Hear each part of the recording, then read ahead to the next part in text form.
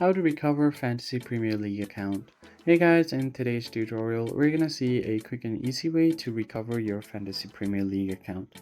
So if you have forgotten your password for your Premier League account, tap on the profile icon at the bottom left corner. Then you'll be taken to this pop-up.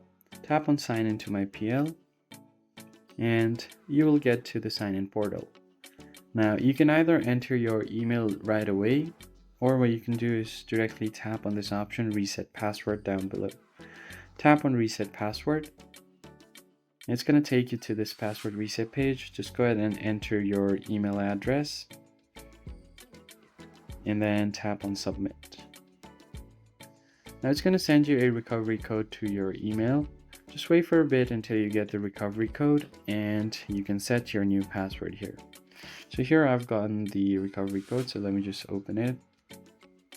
So here's the email I've gotten, and this is my recovery code right here. I'll just long press on it and then copy the code. I'll go back to my Premier League, paste the code here, paste the code right here on the recovery code section. And now you can create a new password, which is strong and you can remember it. Use this password to log into your account and you should be good to go. That's basically it, guys. If you found the tutorial helpful, like the video down below and subscribe.